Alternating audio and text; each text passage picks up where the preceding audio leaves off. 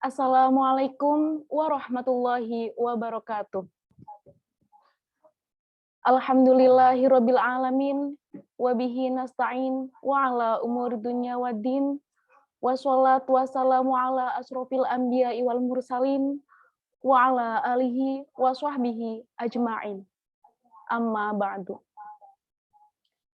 Excellency, Director of UIN Wali Songo Semarang, Profesor Dr. Imam Taufik MAG, Excellency, Head of LP2M UIN Wali Songo Semarang, Respectable DPL KKN MIT Group 17, Mr. Adeni MA, Respectable our research person today, Mr. Rian MAG, Respectable Chairperson of the Coordinator of Group 17 and its members, Respectable all participants of this webinar. First of all, let's thank the Almighty Allah Subhanahu wa Ta'ala who has given us some mercies and blessings so that we can attend this agenda without any troubles and obstacles. Secondly, salawat and salam may always be given to our Prophet Muhammad Sallallahu Alaihi Wasallam, who has guided us from the darkness to the lightness. I would like to introduce myself. I'm Ida Fitria Salsabila. Will be your master of ceremony this morning. So, welcome to today's webinar, Strategi Menerbitkan Artikel di Website dan Jurnal. We would like to thank to everyone here for making time to attend this remarkable webinar. Ladies and gentlemen, on this occasion, allow me to read the agenda for today. The first agenda is opening by reciting Al-Fatihah. The second agenda, welcoming speech. The third agenda is main event. The last agenda is closing. So before we start our agenda, let's open this webinar by reciting Al-Fatihah. Ala hadhihi niyah wa ala kulli niyatin sholihah. Al-Fatihah.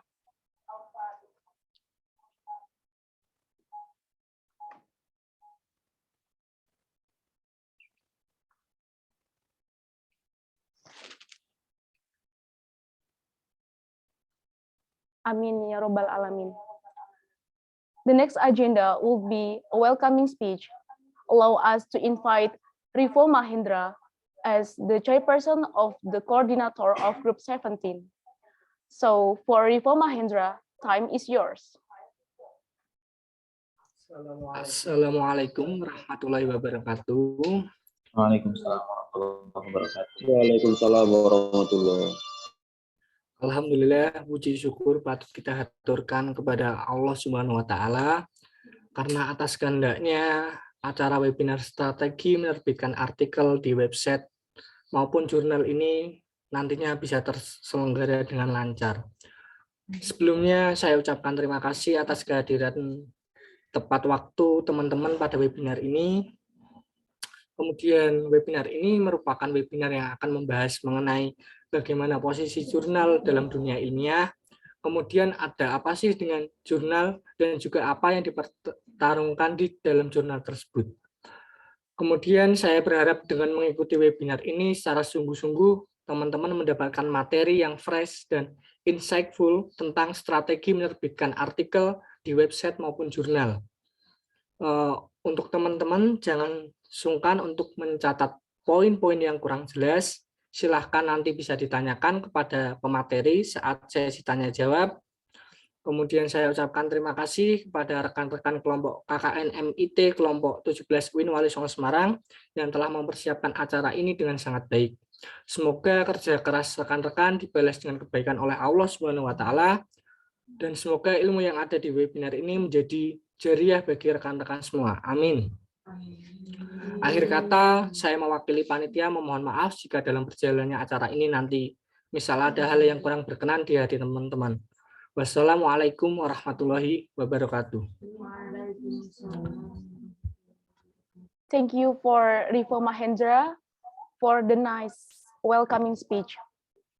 So the next agenda is main event, which is the presentation of the material as well as discussion and question and answer by our presenter, Mr. Rian Hidayat MAG, which will be guided by Elviana Febi as the moderator.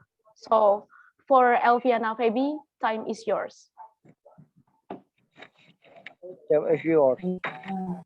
Assalamualaikum warahmatullahi wabarakatuh. Waalaikumsalam warahmatullahi wabarakatuh.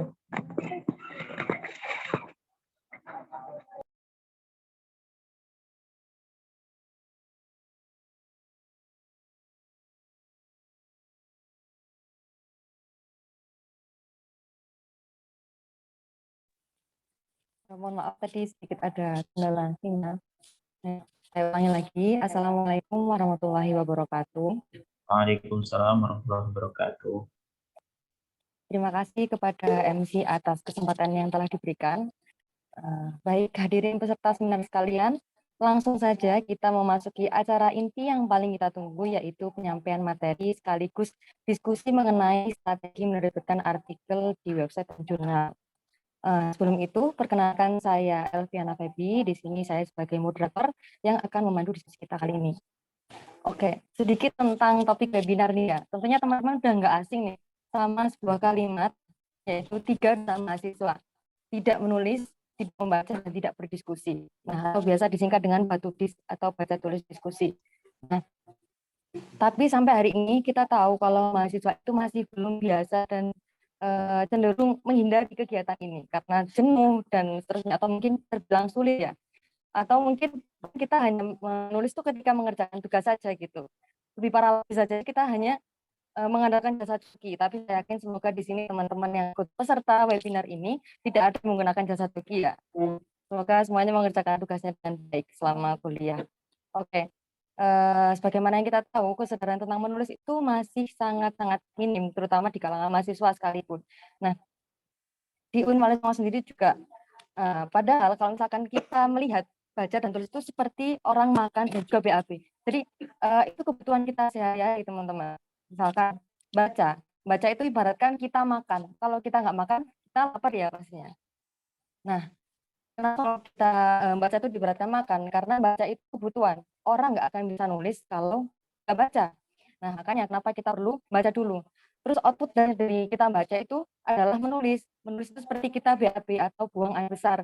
Jadi apa yang sudah kita baca tadi akan menghasilkan tulisan. Dan apa yang kita tulis itu akan sesuai dengan apa yang kita baca. Semakin sedikit kita membaca, akan kurang kualitas kita dalam menulis, seperti itu. Nah, sebenarnya kenapa sih kita menganggap hal tersebut itu hal yang menjenuhkan gitu ya, dan seakan kita nggak punya giroh gitu untuk terjun di dunia kepenulisan. Bahkan saya sendiri pun juga masih minim dalam hal ini. Nah, padahal ini sangat penting bagi kita untuk menyelesaikan jenjang perkuliahan ya, apalagi kalau misalkan menulis artikel di website, menulis artikel untuk dipublikasi di jurnal, itu bisa kita gunakan untuk menuangkan gagasan atau ide di lewat tulisan, atau juga pengembangan budaya akademik di perguruan tinggi, dan juga bisa penyebaran atau diseminasi hasil penelitian dan seterusnya. Nah, dari poin-poin tersebut kita sudah mendatangkan nih pemateri kita yang sudah kompeten di bidang penulisan, yaitu Mas Rian Hidayat. Beliau juga salah satu senior saya di jurusan Ilmu Al-Quran dan Tafsir. Beliau juga menempuh S1-nya di UIN Wali Songo Semarang. Namun sebelum menuju ke pemaparan materi, di sini saya akan membacakan terlebih dahulu CV dari beliau. Nama lengkapnya yaitu Rian Hidayat, tempat tanggal lahir Palembang 29 Januari 1997, alamat asal di Jalan Setinggar LK 4 nomor 63 Paku, Kecamatan Kayu Agung, Kabupaten Oki, Palembang. Alamat tinggalnya di Jalan Nogodewo nomor 2, Gowok, depan Ambarukmo Plaza, Sleman, Yogyakarta. Pendidikan formal emailnya mrihidayat28@gmail.com. Nomor WhatsApp barangkali ada yang membutuhkan untuk diskusi lebih lanjut, 82 245 839 804. Pendidikan formal beliau SD di 17 Kayu Agung, kemudian di Kuliatul Mu'allimin Al-Islamiyah, kemudian S1 di UIN Wali Songo Semarang, Fakultas Usuluddin, program khusus Ilmu Al-Quran dan Tafsir dan juga Magister Ilmu Al-Quran dan Tafsir UIN Sunan Kalijaga, Yogyakarta. Pendidikan non formal, beliau pernah di Happy English Course tahun 2015 dan juga Ella English Course dan Kresna English Course di tahun 2016.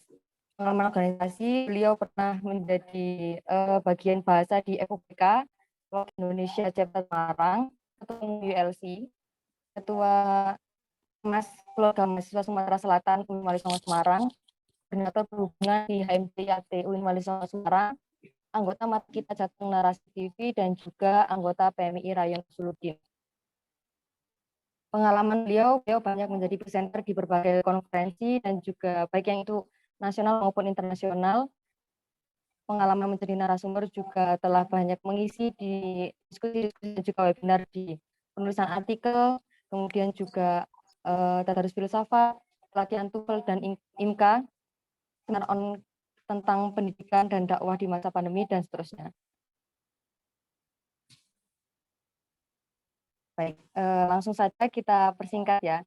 Ini karena saking banyaknya pengalaman beliau tidak bisa menyebutkan satu persatu dari apa saja yang telah beliau lakukan selama ini. Intinya beliau adalah salah satu alumni Wali Songo yang sudah berkompeten di bidang kepenulisan dan juga sudah banyak terjun di academic writer gitu ya. Mungkin langsung saja untuk pemaparan materi kepada Mas Dian, saya persilahkan. Monggo Mas. Baik, apakah suara saya terdengar? Terdengar Mas? Jelas ya? Jelas. Oke. Bismillahirrahmanirrahim. Assalamualaikum warahmatullahi wabarakatuh. Waalaikumsalam warahmatullahi wabarakatuh. Yang saya hormati DPL KKN MIT Posko 17 ya, kelompok T17. Begitu juga rekan-rekan sahabat saya, adik-adik saya semuanya yang saat ini menempuh KKN di Temanggung ya, kalau nggak salah. Betul ya? Betul Mas. Oke. Sebelumnya salam takzim saya kepada rekan-rekan saya juga yang hari ini hadir di majelis ini, ada Syekh Ahlan sama Syekh Nurul Faiz. Sama-sama kita sharing di forum ini bagaimana tentang strategi menulis baik di media online maupun jurnal. Baiklah, sebelumnya saya izin share screen ya.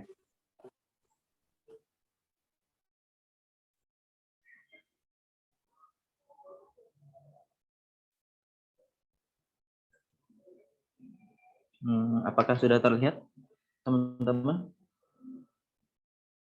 Sudah. Baik. Baik. Gini, akhir-akhir ini saya melihat banyak sekali mahasiswa, baik pun juga banyak peneliti muda yang memang sangat tertarik dengan menulis ya.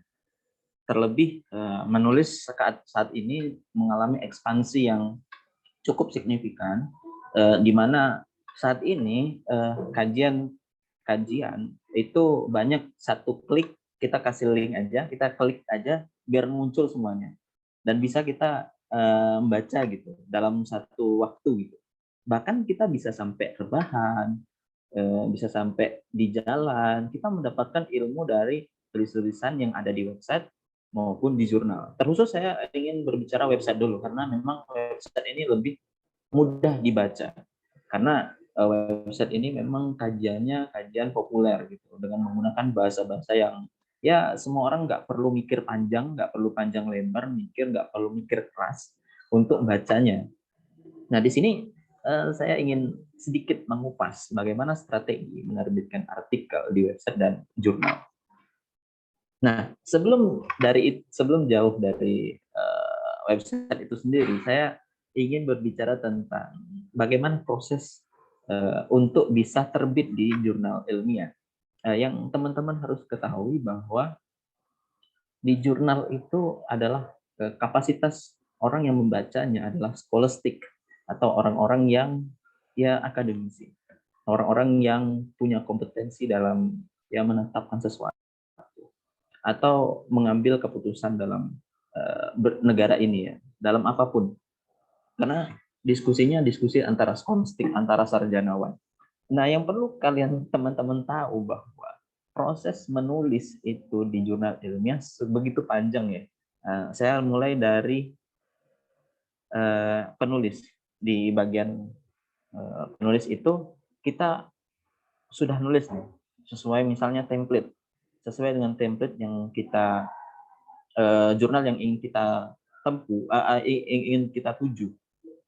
Nah, kita diharapkan untuk untuk memasukkan template-nya terlebih dahulu, sehingga editor bisa membaca ini layak nggak untuk masuk dalam tahapan selanjutnya. Nah, kalau misalnya tidak sesuai dengan template, maka kemungkinannya akan ditolak, teman-teman. Nah, atau diterima. Nah, sedangkan diterima itu ada perlu perbaikan atau tanpa perbaikan. Nah, dari tanpa perbaikan nanti akan ada penilaian. Dari penilaian itu pun nanti akan diterima dengan perbaikan atau diterima tanpa perbaikan. Nah, itu melalui proses penilaian itu dari reviewersnya. Reviewer biasanya memang kebanyakan pasti mendapatkan perbaikan karena memang menyesuaikan scope dan fokus daripada jurnal yang kita tuju. Nah, baru ketika sudah kita perbaiki, misalnya nanti kita masuk ke editor lagi. Editor nanti akan melihat koreksi redaksionalnya, rapat dewan, terus pemberitahuan, nanti baru penerbitan. Nah, dari penerbitan ini nanti akan terlihat di jurnal yang kita submit, yang kita kirimkan. Nah, proses pengirimannya pun harus bersabar ya teman-teman. Saya sedikit sharing ini, saya sempat nulis itu ya sampai 1 tahun, 2 tahun, ya biasa, nunggu. Nah, maka saya punya semacam tagline yang berasal dari kaprodi saya ketika saya menempuh S2 di UIN Sunan Kalijaga. Beliau mengatakan, tulis lupakan, tulis lupakan, tulis kirim lupakan, tulis kirim lupakan. Sehingga semangat atau giroh untuk menulis itu teman-teman akan terus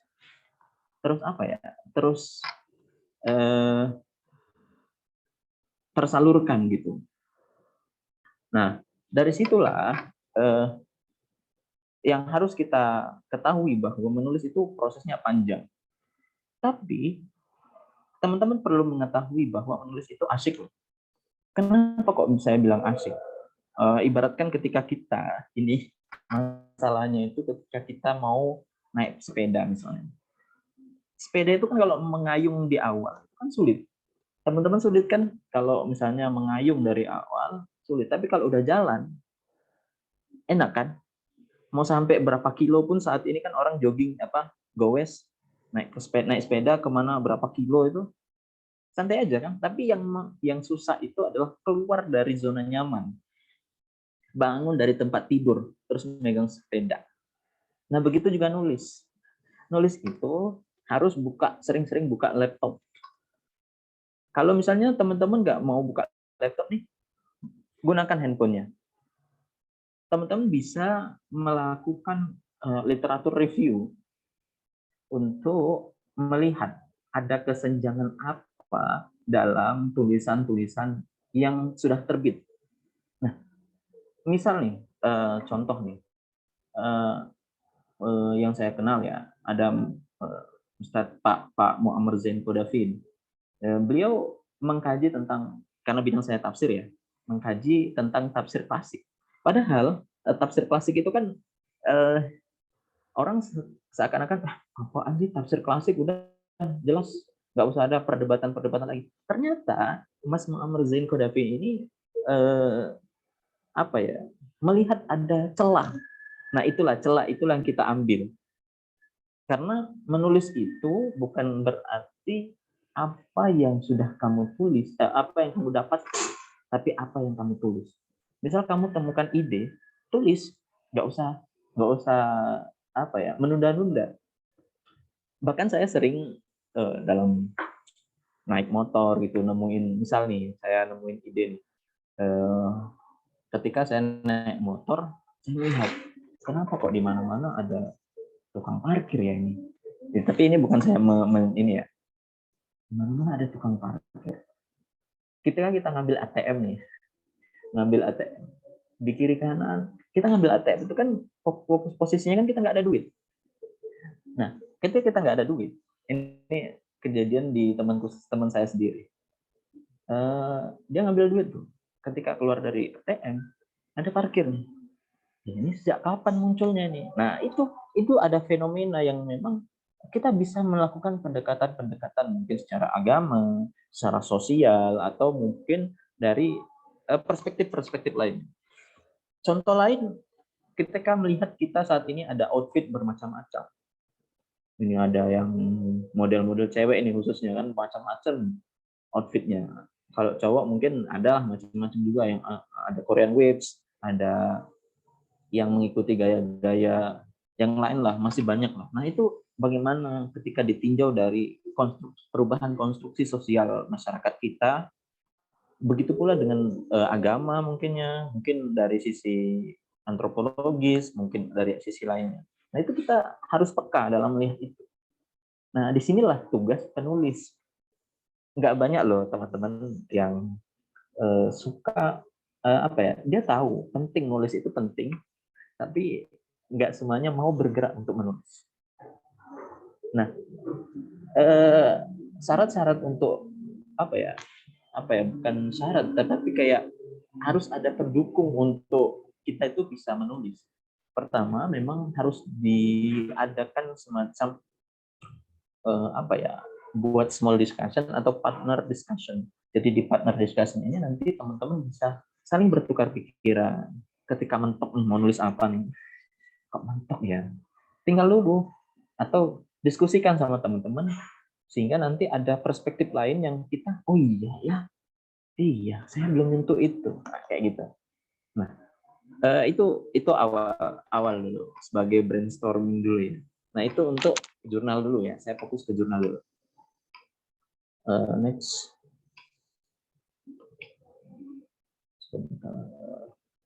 Asumsi dasar publikasi di jurnal ilmiah. Pertama, saya tadi sudah menyinggung bagaimana posisi jurnal dalam dunia ilmiah. Jurnal adalah dunia persilatan ilmiah, atau dalam bahasa Prof. Abdul Mustaqim, beliau mengatakan jurnal itu adalah healing ilmiah. Healing ilmiah. Ya, gimana cara healing ilmiah itu? Teman-teman bisa mencari literatur-literatur yang sudah publish itu dengan cara, coba teman-teman bisa mencatat, bisa melalui Google Scholars. Tinggal cantumin kata kunci yang ingin teman-teman cari. Misal nih, saya ingin bahas, kebetulan kemarin saya ada konferensi nasional di Jakarta bulan Mei. Itu saya bahas tentang kid influencer. Jadi bagaimana kok bisa anak lo masih kecil udah dilibatkan untuk bekerja misalnya. Itu kita lihat dari kajian-kajian sebelumnya itu udah membahas dari perspektif apa saja. Misal ada yang membahas dari perspektif sosiologi anak. Nah, saya karena background saya ilmu Al-Quran dan tafsir, saya melihat bagaimana perspektif Al-Quran melihat fenomena kid influencer itu. Nah, makanya itu menjadi suatu menarik. Menarik itu bukan berarti teman-teman nggak harus mencari hal yang wah menarik, ini harus dikaji nih, harus membuat harus melihat banyak perspektif ini enggak. Tapi menarik itu adalah apa yang kamu temukan lalu Anda tulis, bukan Anda temukan terus Anda diam aja, nggak ngomong-ngomong, nggak ngelakuin apa saja. Itu ya. Nah, ilmuwan, karena teman-teman mungkin masih kuliah atau sudah jadi dosen ya, saya di sini cuman sharing, itu akademisi atau ilmuwan harus masuk ke dunia tersebut, dunia tulis menulis atau dunia publikasi di jurnal ilmiah. Kenapa saya bilang kayak gitu? Karena kalau bukan kita, who else? Siapa lagi?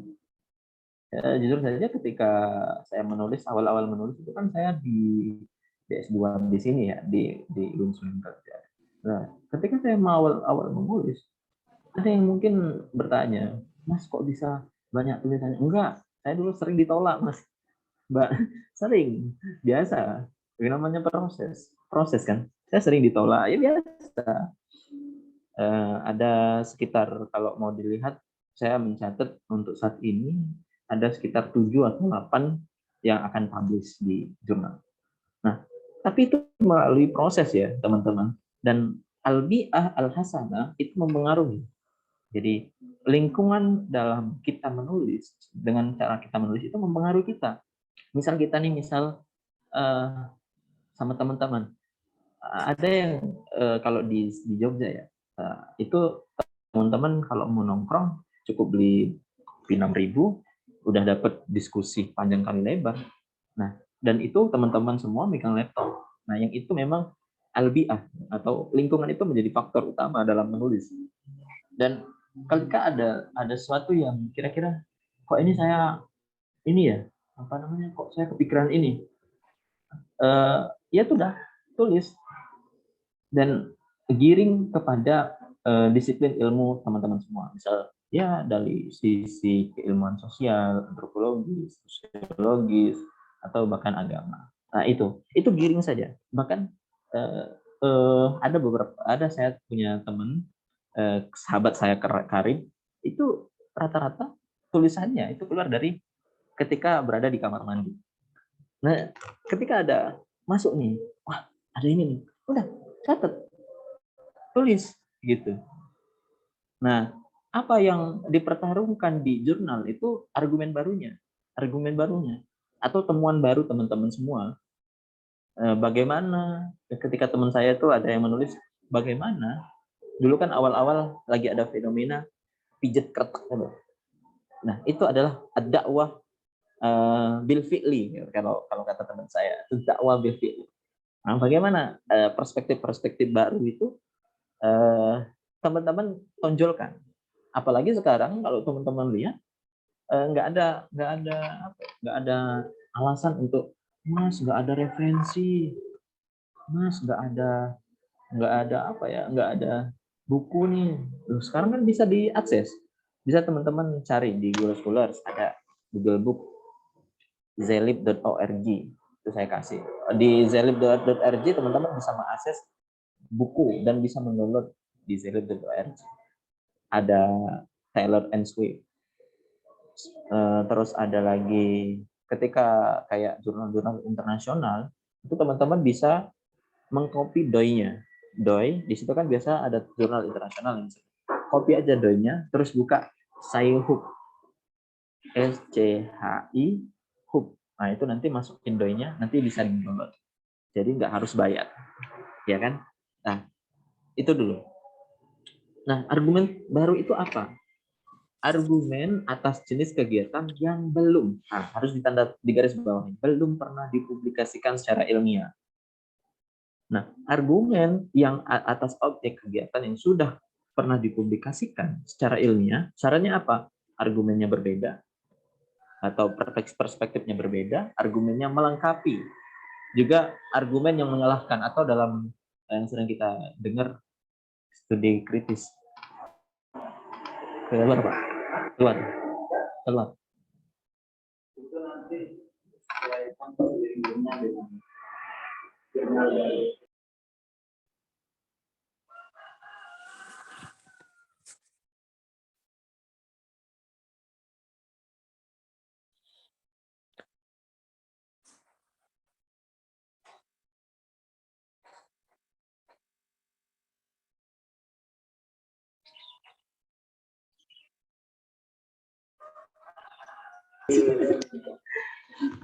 iya, Pak. Sebentar, mohon maaf, ini lagi ngobrol sama Kaprodi tadi. Ya, itu argumen menyalahkan. Argumen menyalahkan itu adalah studi kritis yang teman-teman harus apa ya? Bukan ketika menemukan misalnya produk tafsir atau produk kitab, Anda bisa teman-teman mengkritisi tafsir-tafsir yang sudah bertebaran. Misalnya saya dari skripsi saya membahas tentang Umar Bakri, di mana beliau adalah tafsir atau mufasir Sumatera Barat. Nah, itu karena belum ada yang belum ada yang membahas, maka teman-teman harus cari banyak referensi-referensi tentang Umar Bakri. Bahkan saya bahkan saya cari buku-buku yang sudah lama dan tidak bisa diakses lagi, saya beli berapapun itu karena itu mahal untuk melengkapi kajian teman-teman. Nah, dan ketika mengkritisi atau membaca sebuah produk karya, maka teman-teman harus ada, jangan gitu atau mengimaninya langsung. Nggak sesederhana itu. Nah, fungsi kita adalah untuk mengkritisi apa yang sudah terjadi apa dalam produk itu. Dan kritiknya kita terhadap produk tafsir atau produk suatu buku, suatu karya harus didasarkan dengan data-data yang memang sinkron dengan apa yang kita bilang atau argumennya argumennya tepat. Baik.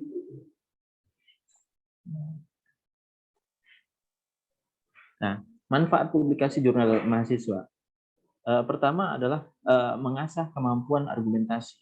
Nah, karena ini rata-rata mungkin mahasiswa ya, atau mungkin ada yang dosen juga, mahasiswa dituntut untuk menyampaikan argumentasi secara ilmiah dan berdasarkan data, terutama pada hasil penelitian. Mahasiswa harus selalu ingat bahwa penelitian bertujuan untuk membuktikan hipotesa, sehingga jangan mengarang hasilnya dengan data keliru. Nah, itu teman-teman harus baca dengan teliti dan harus keluarkan hipotesa dulu sebelum meneliti, sehingga nanti akan terlihat bagaimana hasil sementaranya itu, dan nanti di perjalanan nanti akan ada perubahan. Oke, kan nanti teman-teman akan membaca banyak buku literatur yang memang mampu memberikan bangunan argumentasi yang kuat. Nah, terus yang kedua adalah meningkatkan kemampuan kerjasama dan menjelaskan secara sederhana. Menulis jurnal bagi mahasiswa biasanya didampingi oleh pembimbing. Nah, sebagai penulis, dengan demikian beban kontribusi tidak dibebankan sendiri, melainkan bersama tim penulis. Nah, nanti ada beberapa dosen misalnya menawarkan diri, tulisanmu ini apa, skripsimu ini terbitkan aja Mas di jurnal A misalnya. Nanti di apa ya, direkonstruksi kembali, ditransformasi, kata-katanya diubah dan sedemikian rupa agar memiliki nilai-nilai argumentatif. Nah, kedua, selanjutnya itulah pembuktian kompetensi dan portofolio. Di samping menjadi syarat kelulusan untuk menyandang gelar sarjana, publikasi ilmiah bisa menjadi portofolio apabila ingin mendaftar beasiswa atau melanjutkan studi ke jenjang yang selanjutnya. Publikasi ilmiah juga bermanfaat sebagai rekam jejak kompetensi kamu. Nah, artinya ketika teman-teman mau menulis, tulis, terus nanti itu akan menjadi bukti bahwa teman-teman udah ada publikasi ilmiah. Nah, dan tentu harus memang ada ketekunan dan kegigihan untuk menulis, bukan bin salabit gitu langsung jadi, enggak. Nah, kita coba lihat fenomena di mana teman-teman sekarang kan aktif di WA ya, Twitter, WA, Instagram, dan lain sebagainya. Untuk coba kita teman-teman renungkan bahwa hari ini kenapa Anda teman-teman semua tidak menumpahkan tradisi nulis menulis di WA, ditumpahkan dan dialihkan kepada jurnal-jurnal ilmiah atau website. Nanti kita akan bahas tentang website. Website itu nanti akan berbicara tentang bagaimana saya sendiri menemukan konstruksi atau struktur tulisan yang ada di website. Ini versi saya ya. Teman-teman mungkin ada yang sudah publish di website, dan nanti saya akan memberikan versi saya. Nah, terus nanti daripada nih skripsi atau unek-unek yang teman-teman temukan dalam otak teman-teman, dalam pikiran teman-teman, disimpan saja, mending dikeluarkan, ditulis, dan juga ada beberapa website ataupun jurnal yang memang dibayar. Jadi kita nulis itu dibayar. Ya lumayan lah untuk mahasiswa yang kira-kira untuk buat beli baju atau buat ngopi, ya itu kan lumayan rezeki itu. Nah, tapi ada juga yang berbayar. Nah, tinggal teman-teman pilih yang mana. Nah, itulah dari salah satu kontribusi kita untuk pengembangan ilmu pengetahuan. Kalau nggak ada publikasi ilmiah, ilmu pengetahuan tidak akan berkembang. Terlebih kita hidup pada zaman di mana riset sudah sangat maju dan berkembang. Dan sumber-sumber yang kita dapatkan itu bisa melalui internet. Internet dalam arti yang otoritatif ya. Seperti kalau misalnya teman-teman mau mentahqiq hadis misalnya, itu bisa mencari sarihadis.com atau tafsir.co.id atau at-tafsir web atau Maktabah Syamila atau Jawami'ul Kalim. Banyak teman-teman bisa mengakses sekarang semua literatur sudah masuk ke dalam dunia digital. Jadi tidak ada alasan untuk aduh mas nggak dapat bukunya. Sekarang bisa kok, semua apapun bisa diakses. Jadi asalkan teman-teman mampu untuk memanage apa yang teman-teman punya, smartphone, laptop dan lain sebagainya. Terus nanti memperdalami pengetahuan di bidang ilmu tertentu. Nah, ketika menulis artikel ilmiah yang berkaitan dengan bidang ilmu yang dipilih, diharuskan untuk membaca referensi dari berbagai sumber, mulai dari jurnal, buku, artikel, publikasi ilmiah, dokumen negara, hingga berita harian. Nah, berita harian itu adalah menjadi data kita untuk melihat bagaimana fenomena-fenomena terjadi yang ada di Indonesia. Contoh nih, ada lagi dulu pas awal-awal MotoGP, teman-teman melihat di mana ada semacam Mbak Rara itu yang yang melihat bagaimana ada dukun pawang hujan gitu. Nah, apakah ada perspektif agama atau sufis, tasawuf atau apa yang memang bisa didekatkan dengan fenomena itu, sehingga fenomena itu bisa direspon oleh berbagai kalangan, kolega, baik dunia akademisi maupun masyarakat sekitar. Nah, kalau kita nggak nulis, masa nanti kita didahuluin oleh tukang beca misalnya. Bisa kita teman-teman lihat ketika pilkada di Jakarta itu, ketika Ahok lagi naik-naiknya itu kan semua orang menginterpretasikan Al-Maidah ayat 51. Nah, inilah kontribusi kita sebagai penulis untuk melihat cara pandang yang berbeda melalui tafsir-tafsir yang ada. Nah, ini karena bidang saya tafsir. Mungkin yang lain bisa menyesuaikan. Nah, sumber artikel jurnal ilmiah ada penelitian pustaka, literatur review, penelitian lapangan, field research. Juga bisa dicari di Zotero, Mendeley, itu juga bisa teman-teman akses untuk sumber-sumber artikel jurnal ilmiah, baik internasional maupun nasional. Nah, bedanya skripsi, ini kemarin ada yang tanya nih, bedanya skripsi, tesis, atau artikel jurnal itu gimana sih, Mas? Pertama, judul skripsi atau tesis harus berupa pernyataan. Sementara artikel jurnal bisa berupa kalimat pertanyaan. Jadi semacam mengajak kita untuk berpikir kembali, masa sih kayak gitu? Kalau di artikel jurnal, baik ilmiah maupun yang website. Contoh seperti saya membahas tentang hedonisme dalam Quran surat Al-A'raf gitu. Apakah itu tuntutan zaman atau apakah itu itu kalau nggak salah di outfit di Quran surat saya lupa itu, di yang membahas tentang tuntutan zaman atau kebutuhan. Nah, itu artikel. Jadi seakan-akan mengajak kita untuk berpikir. Dan di artikel website itu kita mengajak untuk berpikir. Dan karena memang bukan semuanya orang yang bukan akademisi yang membaca, tapi semua khalayak bisa membaca artikel website itu. Sedangkan di judul skripsi atau tesis itu harus berupa pernyataan. Yang kedua, skripsi dan tesis panjang, sedangkan artikel jurnal itu singkat dan padat. Nanti saya akan ajak teman-teman berdiskusi tentang bagaimana membuat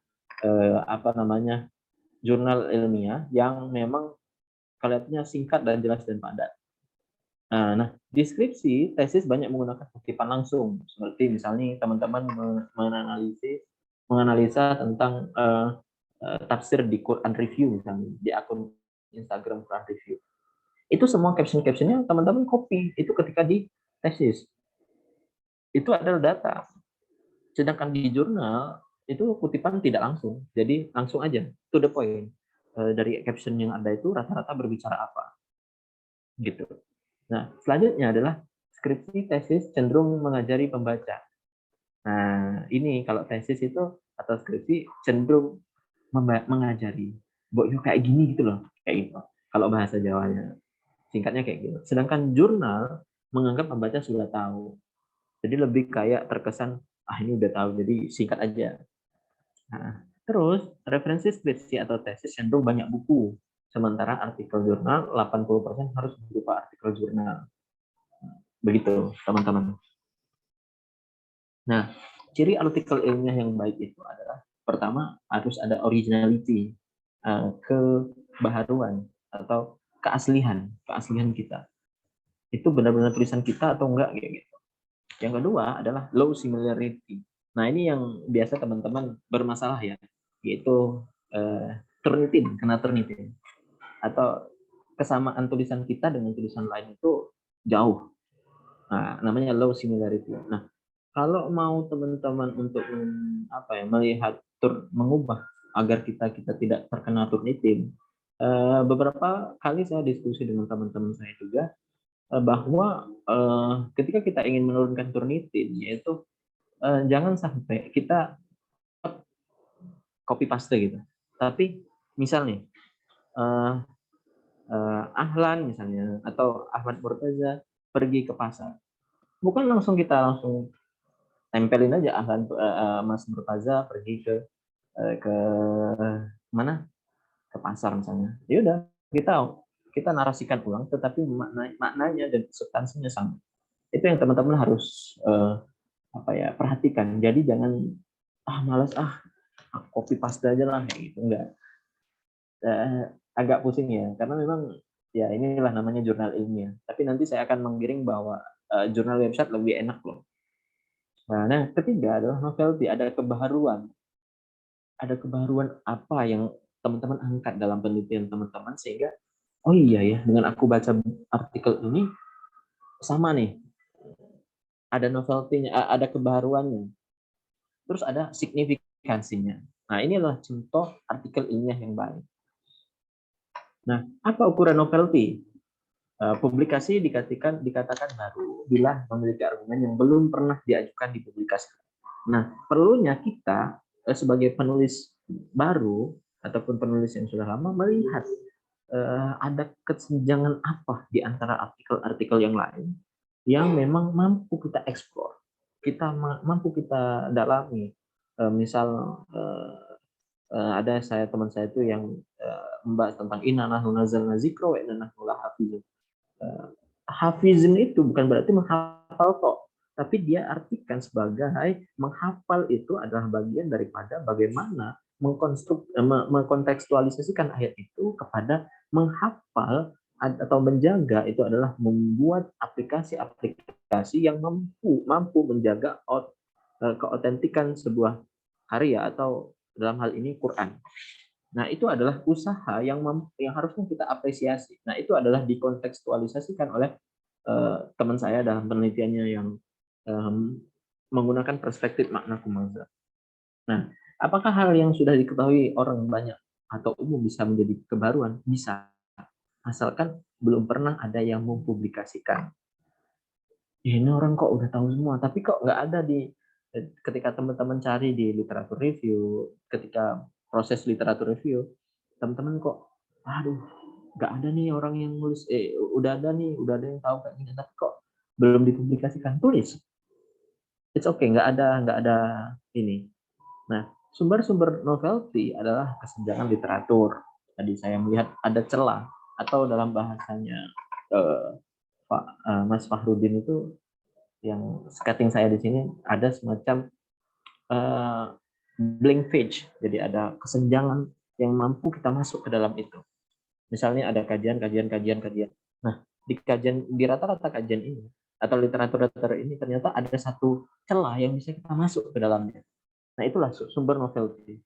Dan juga ada kekosongan literatur, kekosongan metode, terus kekosongan perspektif atau pendekatan, dan perbedaan objek.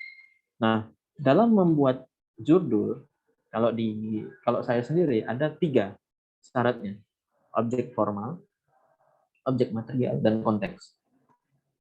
Singkatnya, saya mau menyederhanakan tiga istilah ini adalah: pertama adalah objek material. Objek material itu adalah sumber utama yang kita gunakan.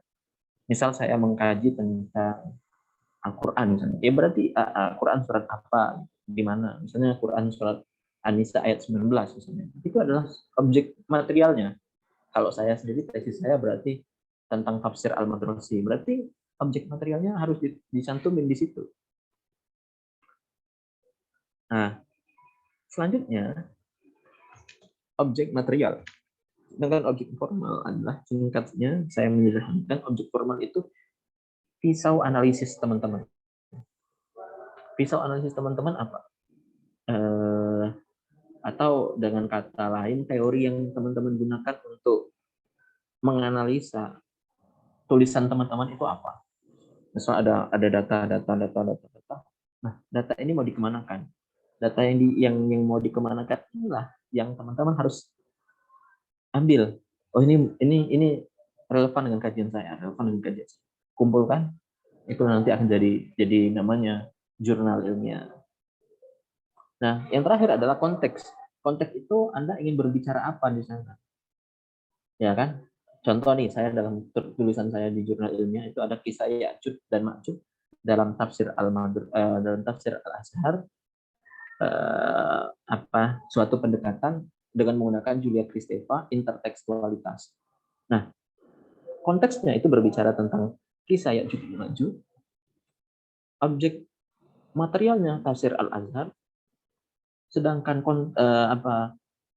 objek formalnya atau pisau analisisnya yaitu menggunakan teori Julia Kristeva dari intertekstualitas, semanalisis hingga intertekstualitas. Nah, itu yang teman-teman bisa menjadi semacam cara kita untuk membuat judul, karena kadang kita tuh bingung apa ini, kok kayaknya nggak ada semua nih tulisan udah semua ditulis. Enggak, tergantung kepekaan kita untuk melihat dan memperhatikan hal-hal apa yang belum terjamah oleh penulis-penulis lainnya atau peneliti-penelitiannya. Nah, selanjutnya, similarity, tingkat kesamaan artikel. Nah, ini kok bisa Mas 42% jadi 12%? Nah, itu teman-teman harus perhatikan tadi, jangan asal comot kirim, comot masukin ke tulisan. Itu namanya ibaratnya mencuri data, pencuri intelektual kalau saya mengatakan.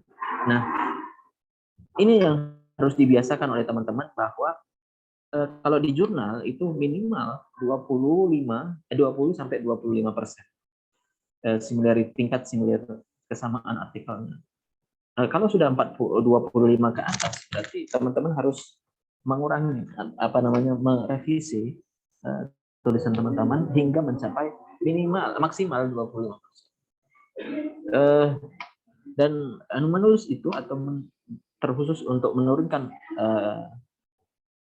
Turnitin ini memang harus penuh ketelitian ya teman-teman, harus penuh membacanya satu-satu, bagaimana ini kok kena nih, diganti redaksinya, tetapi esensinya atau substansi teks itu sama. Nah, tips agar similarity-nya rendah: hindari pengutipan langsung, gunakan pengutipan tidak langsung. Yang kedua, lakukan parafrase terhadap kalimat. Nah, begitu teman-teman ya. Terus, format penulisan artikel jurnal ilmiah. Nah, bagi penulis baru, format dianggap sesuatu yang membuat bingung karena alasan ribet. Ya, betul. Saya dulu pernah juga sharing, gimana sih nulis itu? Ribet sih. Karena nanti dosen ini punya perspektif lain, dosen ini cara nulisnya beda. Dosen C misalnya tulisannya berbeda. Nah, teman-teman harus melihat dan memfilter kira-kira mana ya tulisan di antara dosen-dosen saya atau guru-guru saya yang memang kayaknya aku nulis lebih cocok yang ini nih. Nah, itu harus proses teman-teman, harus berproses. Kalau nggak kayak gitu, teman-teman nanti akan bingung. Ngikutin ini, kok saya nggak serak ya? Ngikutin ini, kok saya nggak serak ya? Ngikutin ini nggak serak. Nah, artinya kita harus punya semacam pendirian untuk bagaimana ketika kita menulis itu ada satu hal yang memang oh ini kayaknya cocok karena aku kayak gitu. Nah, format penulisan mempunyai arti aturan yang terstruktur dan konsisten. Dan setiap jurnal memiliki template. Nah ini, template dan gaya selingkung yang berbeda. Nah, ketika teman-teman mau mensubmit tulisan, udah selesai nih tulisannya jebret, menggunakan, dan saya sarankan untuk pakai Mendeley ya, atau enggak Zotero. Nah, itu teman-teman harus mencari jurnal dulu. Masih panjang, nanti jurnalnya dicari, misalnya, oh ini ada call for paper. Kirim. Tapi di situ melihat dulu template-nya bagaimana. Biasanya setiap jurnal beda-beda template-nya. Nah, kita harus menyesuaikan template itu, template-nya. Misal nanti kita download di website-nya, kita download, habis kita download itu kita lihat kira-kira yang ini apa ya? Oh, saya paham ini. Biasanya pakai apa style, terus ada macam-macam. Tinggal kita menyesuaikan template yang kita tuju dalam jurnal itu. Kalau saya lebih kepada ada dua model, ya. Ada dua. Satu, cari artikel-artikel kalau mau belajar ya, artikel-artikel jurnal yang belum bersintaks. Dari situ nanti kita akan belajar, oh kayak gini ya. Ada satu pola kayak gitu. Nanti ada revisi, udah kita revisi aja. Tapi ada dua, kalau kalian mau ribet dan mau mempunyai effort yang kuat, itu cari Sinta yang Sinta 2, 3, bahkan Scopus. Itu untuk melihat kemampuan kita dalam menulis itu bagaimana. Tapi nanti revisinya gede-gedean dan harus teman-teman merevisi itu. Nah, tinggal teman-teman pilih yang mana kayak gitu. Oke. Nah, ini struktur artikelnya. Ada dua. Ada yang model IMRAD, ada yang klasik. IMRAD itu adalah singkatan dari Introduction, Method, Result and Discussions. Udah, selesai. Itu IMRAD. Di abstrak, title itu what is about brief, informative, and ready readable by person or immersive. Nah, jadi kita nanti kan memberikan semacam kode kata kunci yang ketika kita nyari di Google Scholar itu akan ketemu. Misalnya kid influencer, the brand keluar semua. Itu tinggal kita apa ya, filter yang mana yang memang relevan dengan kajian kita. Terus introduction. Nah, di abstrak itu juga. Nah, di abstrak itu kalau saya sendiri menggunakan pendahuluan ada di abstrak itu lebih ke kayak ini ada kegelisahan apa di abstrak itu, ada kegelisahan apa. Terus yang kedua, di dalam tulisan kita juga harus memperlihatkan bukan hanya metode juga, terus ada kita menggunakan kacamata apa, teori apa yang kita gunakan, terus habis itu penutup, ya kan, tutup dengan hasil tulisan. Maka buat abstrak itu terakhir, ya tulis aja dulu semuanya, nanti kan ketemu di conclusion itu akan masuk dalam abstrak kita dan kita masukkan kata kunci. Nah, biasanya di jurnal itu menggunakan kata bahasa Inggris dan bahasa Indonesia. Nah, di introduction ini menarik. Di introduction itu seringkali menggunakan apa ya, semacam misalnya karena saya kajian Al-Quran, saya sering menggunakan apa ya dulu ya pas buat makalah atau lain sebagainya itu saya akuin bahwa apa namanya, ketika saya mengkaji Al-Quran adalah kitab Allah yang diturunkan oleh malaikat Jibril. Itu bukan. Atau misalnya kajian tentang hukum, negara Indonesia adalah negara hukum. Nah, itu hilangkan yang kayak gitu. Karena di introduction itu kita memperlihatkan bagaimana harusnya kita langsung tancap gas di situ. Tancap gas. Tancap gas gimana? Ada problem apa yang ingin kita bahas? Langsung ke konteks yang kita ingin bahas. Misal nih, saya tadi kan bahas tentang kisah Ya'juj Ma'juj. Di situ saya melihat bahwa kisah Ya'juj Ma'juj ini ternyata masih menjadi diskusi yang hangat. Nah, langsung aja to the point. Kenapa? Karena masih banyak perspektif-perspektif lain yang mampu merubah konstruksi berpikir kaum muslimin misalnya. Nah, itu contoh. Atau saya beri contoh, ini saya stop dulu. Saya ada contoh berabrian ini ya. Bentar. Ini biar teman-teman melihat bagaimana sih pendahuluan yang baik gitu. Sebentar, saya share screen lagi.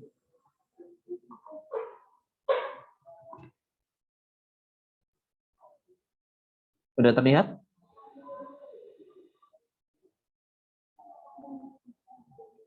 Apakah sudah terlihat, teman-teman? Sudah, Mas. Halo. Sudah. Oke. Nah, ini lihat. Ini lihat konstruksi seksual dan resistensi tersembunyi. Ini objek formalnya, ya kan? Hantu perempuan itu objek material, ya kan? Dalam film konteksnya apa? Film apa? Misal Ivana baru-baru ini kan. Nah, kita menggunakan teori konstruksi seksual dan resistensi tersembunyi, itu objek formalnya. Sedangkan kita melihat objek materialnya itu adalah hantu perempuan. Nah, introduction-nya cukup 4 paragraf aja pendahuluannya, nggak usah banyak-banyak. Kalau teman-teman nulisnya banyak-banyak, ya ribet nanti. Bahkan di tesis saya itu, saya cuma menggunakan pendahuluan 5 paragraf. To the point aja, kalian teman-teman mau berbicara tentang apa. Nah, kalimat pembukanya, coba lihat kita lihat. Perempuan sering dipandang sebagai makhluk yang lembut dan penuh kasih sayang. Benar nggak? Percaya nggak kita ini? Bahwa perempuan sering dipandang sebagai makhluk yang lembut dan penuh kasih sayang. Percaya kan? Saya Nah, tapi kita lihat ternyata ada kesenjangan, atau dalam bahasa kami di sini menggunakan semacam umumnya terjadi. Kayak saya cuma ingin menyederhanakan. Umumnya terjadi itu seperti ini loh. Tapi ternyata di fenomena lain ada fenomena lain gitu. Ada pemikiran baru gitu. Atau ada pemahaman yang baru. Namun ternyata banyak film yang menggambarkan hantu perempuan yang jahat. Iya nggak? Siapa yang nggak takut sama kuntilanak? Apalagi kuntilanak warna merah. Itu laki-laki apa perempuan? Perempuan kan? Nggak ada kuntilanak kuntilanak misalnya cowok di warna merah, nggak ada. Meskipun ada yang mengatakan kuntilanak cowok ada. Nah di situ itu adalah kalimat pembuka, to the point aja. Teman-teman to the point aja, nggak usah bertele-tele. Tapi argumentasi kalimat pertama ini cukup menguatkan teman-teman untuk reviewers akan lihat, iya ya, menarik ini, gitu. Kalau teman-teman pernah nonton drakor tuh, ya, sering anak-anak zaman sekarang itu drakor itu seneng. Kalian teman-teman kalau melihat drakor itu, nonton drakor, kurang nggak menonton 0,01 detik, ketinggalan nggak? Ketinggalan. Nah, begitulah bagaimana kita sebagai penulis ini memperlihatkan bahwa jangan sampai satu kalimat aja kita tertinggal dari bacaan ini. Nah, coba saya mengilustrasikan seperti kalau saya diskusi sama teman-teman yang ada di Jogja ya. Ada segitiga seperti ini. Jadi awal itu kita langsung to the point, mau berbicara apa. Tapi nanti melebar dulu, terus nanti persempit lagi. Atau dalam bahasa kami di sini pertama itu menggunakan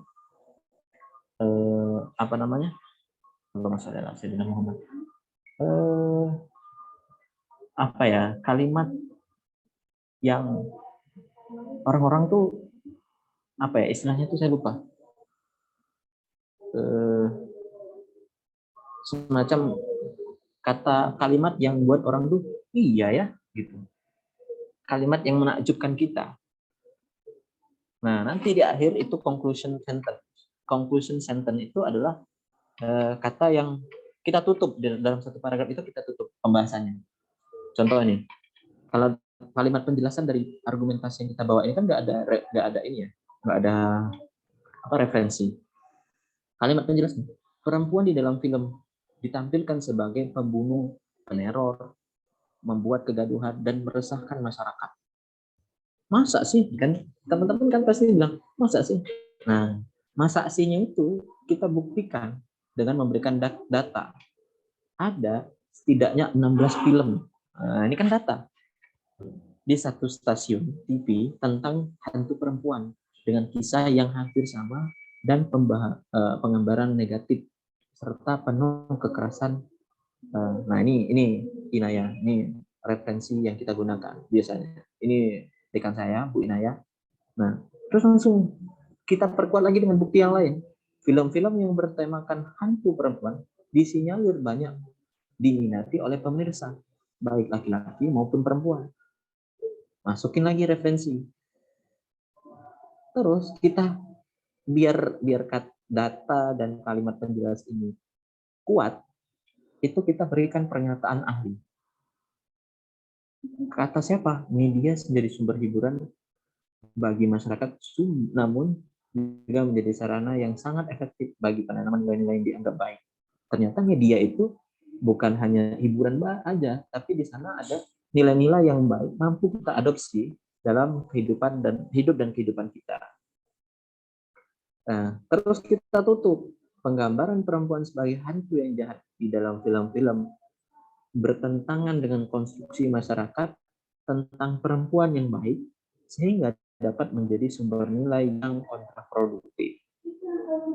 Kadang orang tuh kalau jadi cewek kan harus kalem, harus ya dibuat-buat gitu. Nah, ternyata di sini nggak dibuat-buat, tapi ternyata mempunyai nilai sumber nilai yang kontraproduktif. Nah, itulah yang kita namakan penutup, kata penutup. Yang menutup kalimat pertama ini. Gitu ya. Nah, nanti fakta literatur nih. Ini yang fakta literatur yang saya bicarakan. Studi tentang yang telah ada tentang hantu perempuan sejauh ini cenderung fokus pada 3 aspek. Nah, ini kita klasifikasikan.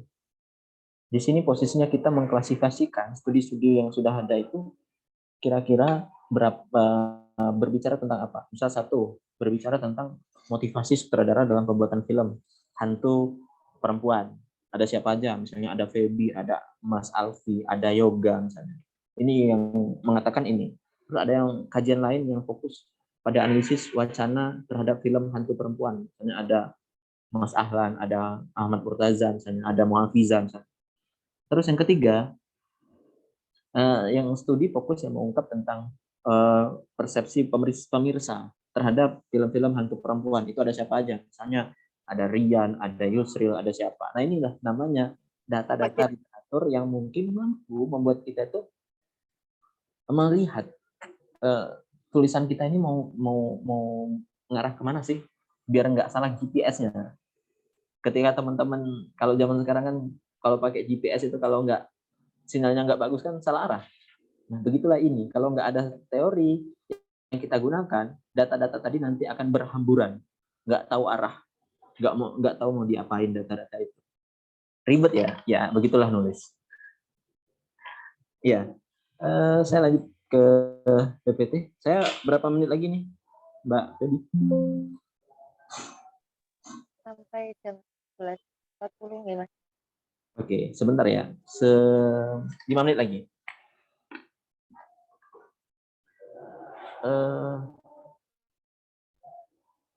Nah, judul artikel tadi saya sudah ini ya. Sudah saya jelaskan tadi, abstrak juga. Nah, ini contoh abstrak. Nanti teman-teman bisa baca, saya share PPT-nya. Kata kuncinya juga. Pendahuluan tadi saya sudah bahas. Literatur review juga saya bahas tadi ya. Nah, metode. Jadi di sini metode itu jenis penelitian ada kualitatif dan kuantitatif. Ada juga mix metode. Jadi bisa kualitatif di mix, dipadukan dengan kuantitatif. Nah, data dan sumber data, spesifikasi modelnya seperti apa, bagaimana data dianalisis, adopsi dan modifikasi metode, terus bahan analisis secara penafsiran, penarikan sampel, prosedur analisis, pengumpulan data, teman-teman harus tahu. Ini kan mendasar ya. Nah, hasil atau result, penyajian data dari lapangan diperjelas dengan ilustrasi tabel atau gambar. Kalau di dalam tesis saya itu ada, misalnya ada perubahan apa dalam tafsir Al-Manar dengan tafsir Al-Madrasi.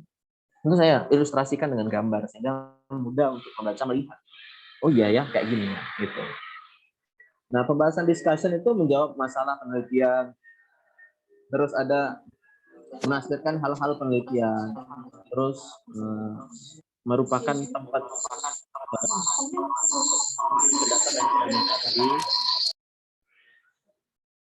terus menjelaskan arti temuan. Nah, terus kesimpulan itu bukan kompas ya, kopas dari pembahasan ya. Karena kita harus mikir enggak gitu, nggak boleh kopas dari pendahuluan dikopas, nanti pembahasan dikopas, terus nanti dibuat kata-kata sedikit, nggak boleh. Itulah yang membuat teman-teman kadang wah ditolak nih kayak gitu. Wah ditolak nih padahal kita udah nunggu 8 bulan, 5 bulan. Nah, jangan sampai kita menunggu itu sia-sia gitu, teman-teman. Padahal udah mau terbit nih, gara-gara simple akhirnya kita menunggu 5 bulan lagi kan. Jangan sampai itu terjadi lagi. Nah, pernyataan pendek atau generalisasi dari temuan. Terus memuat jawaban atas pernyataan, penelitian tujuan dan penelitian, terus berupa deskriptif bukan numerik, membuat implikasi temuan penelitian dan arah penelitian lanjutan. Nah, baik. Sekarang tadi kan udah pusing ya tentang jurnal gitu. Sekarang website. Ini yang saya rasa paling mudah dan teman-teman bisa menulis semuanya. Ini struktur penulisan saya. Pertama, angkat satu fenomena yang ingin dikupas. Misalnya tentang outfit, hedonisme, parenting, isu-isu perempuan, pawang hujan, atau yang sekarang lagi rame itu ada fashion show di mana itu? Itu kan rame itu sekarang di Jogja. Gitu. Nah, bagaimana fenomena ini kita dekatkan dengan Al-Quran, dengan kita dekatkan isu-isu antropologi, kita dekatkan aja. Karena kan teman-teman kan pasti punya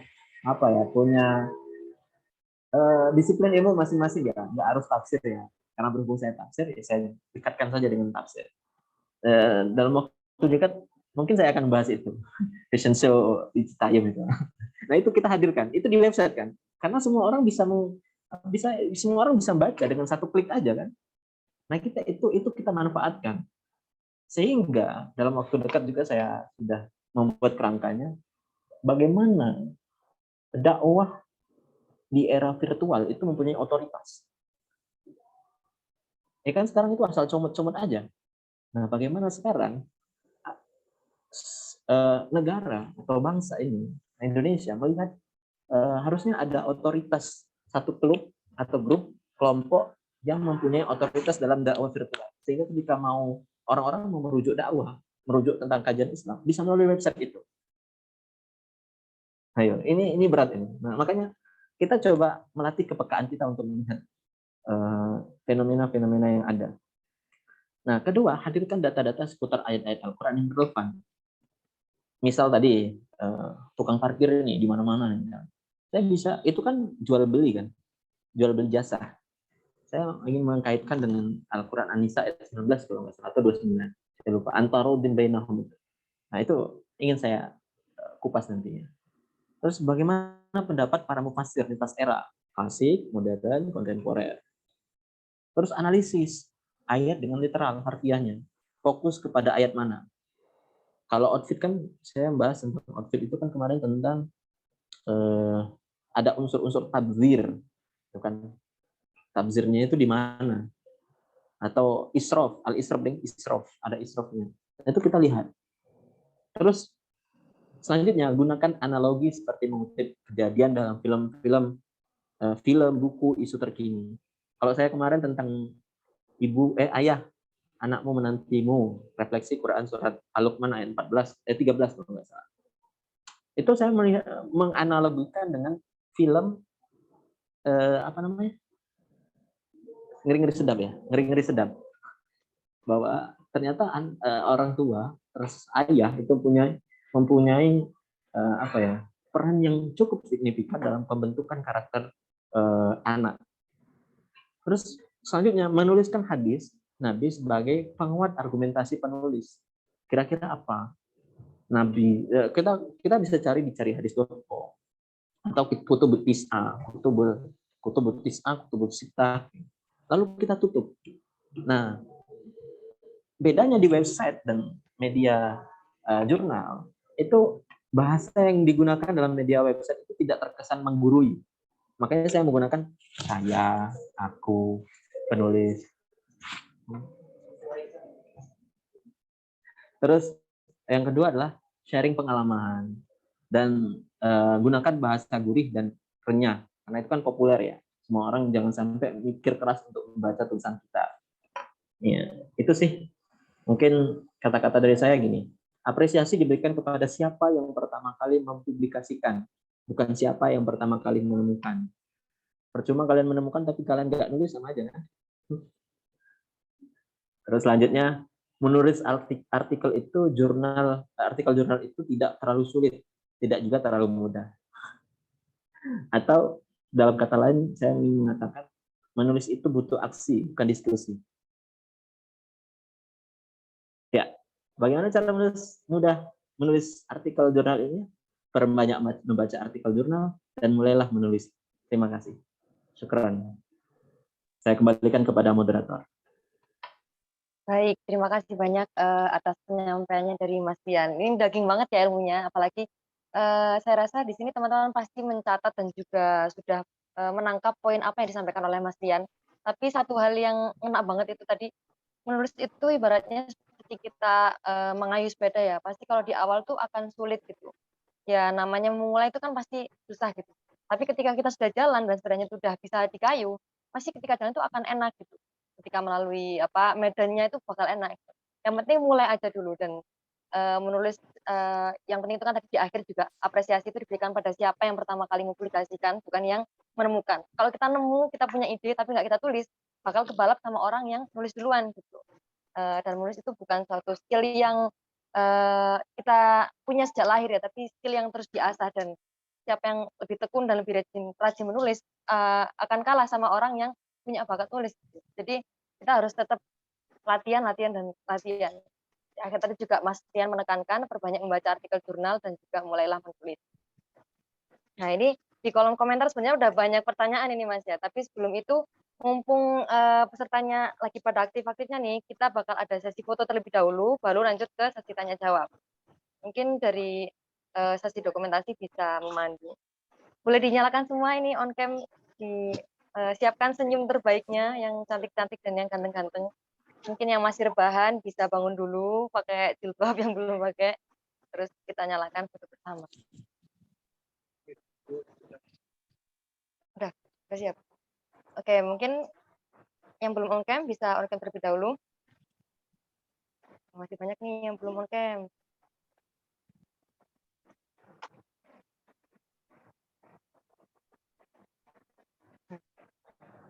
Saya hitung ya. 1, 2, 3. Lagi. Ini apa ini Mas? Gayanya mungkin ada saran usul gaya. Gini. Bebas ini aja. Kan ya literasi. Ya gini aja. 1, 2, 3. Udah. Terakhir. Bebas. Terserah mau gaya apa. Ayo, saya hitung lagi. 1, 2, 3. Oke, selesai. Baik, ini di kolom komentar ada sekitar 2, 3, 4, 5. Ada 5 pertanyaan. Mungkin saya urutkan dari yang paling atas ya. Yang pertama dari Mas Agung Prayoga ini Mas, dari UIN Syarif Hidayatullah Jakarta. Bagaimana cara membuat judul, lead, dan pola kepenulisan yang menarik di segala klasifikasi pembaca, mengingat setiap tulisan itu mendapat tempat di hati pembaca. Dan juga bagaimana dengan fenomena atau langkah dari seorang joki skripsi dalam menulis skripsi yang hanya butuh waktu 3 hari, tapi di-ACC oleh dosen tanpa meninggalkan sisi inovatif, kreatif, dan keaslian tulisan. Mungkin bisa dijawab dulu Mas. Monggo.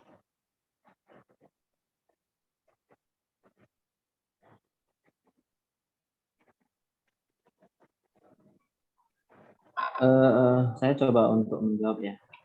Apresiasi, ini sangat bagus ini pertanyaan dari Mas Agung Prayoga dari UIN Syarif Hidayatullah. Di masing institusi itu kan berbeda-beda ya.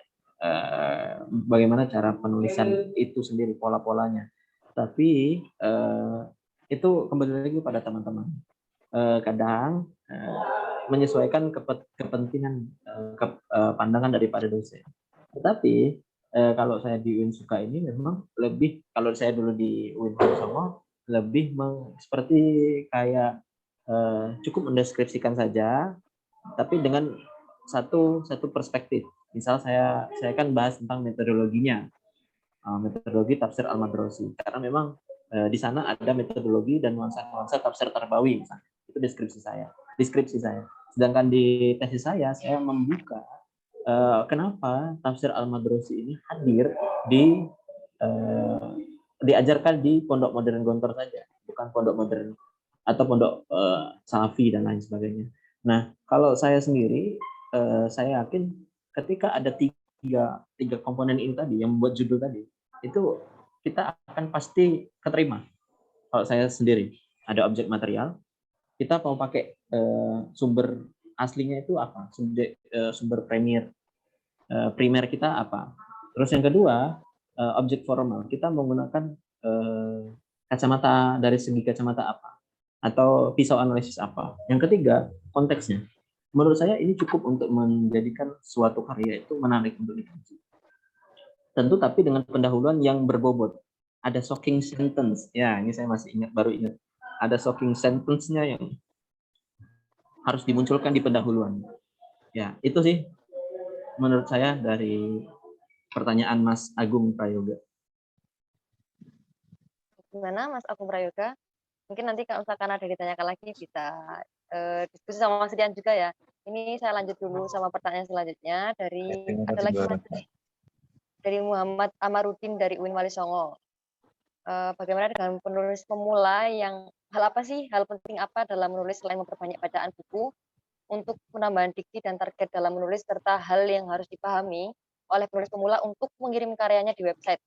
Nah, mungkin kan ini Mas Rian berpengalaman ya, dari awal kan pasti sudah ada langkah ketika memulai itu bagaimana sih caranya sebagai orang yang belum pernah nulis di website terus ingin terbit di website itu seperti apa langkahnya? Ini secara spesifik ke website-nya. Ya, kalau saya sendiri gini, Mas. Pertama, kita pahami skop website kita dulu yang kita ingin tuju. Misal nih, kalau saya kan aktif di Mubadalah misalnya. Ini ada teman saya juga, ada Mas Murtaza juga aktif juga di Mubadalah, rawuh di tengah kita semua. Mubadalah kan ini kan mengangkat isu tentang kesetaraan gender ya, terutama perempuan yang sering diinjak-injak.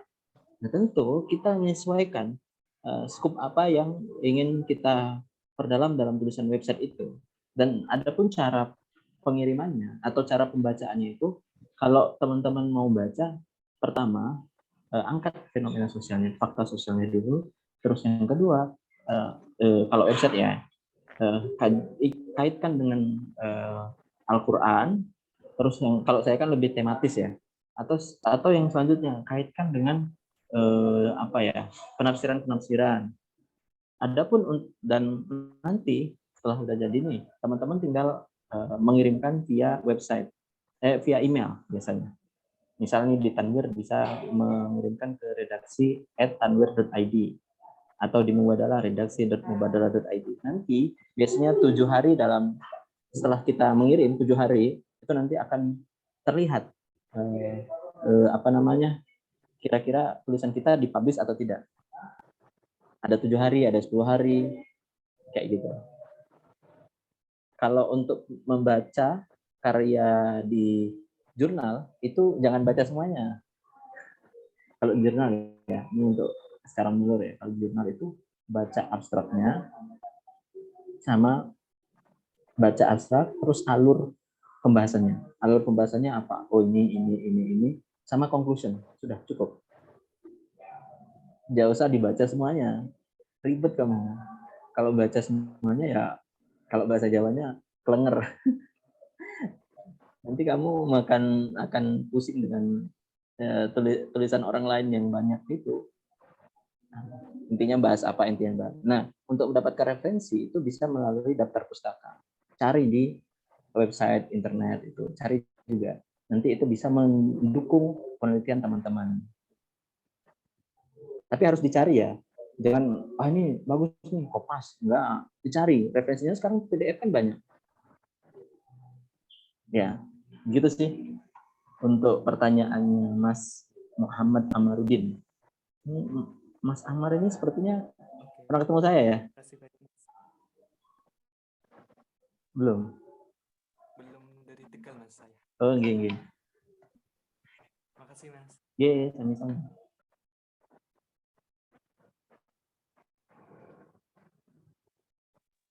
Oke, baik. Ini karena banyak sekali yang bertanya ya. Ada juga yang raise hand juga. Untuk yang raise hand saya batasi 2 ya, Denny Satrio dan juga ini Yandi Pratama. Tapi sebelumnya di sini saya meringkas saja pertanyaan dari teman-teman. Ini Mas, mungkin yang pertama tadi ada juga yang nanya soal artikel jurnal dan website dari Mas siapa tadi ya? Mas Surya. Saya rasa sudah jawab di materi dari materi sendiri ya.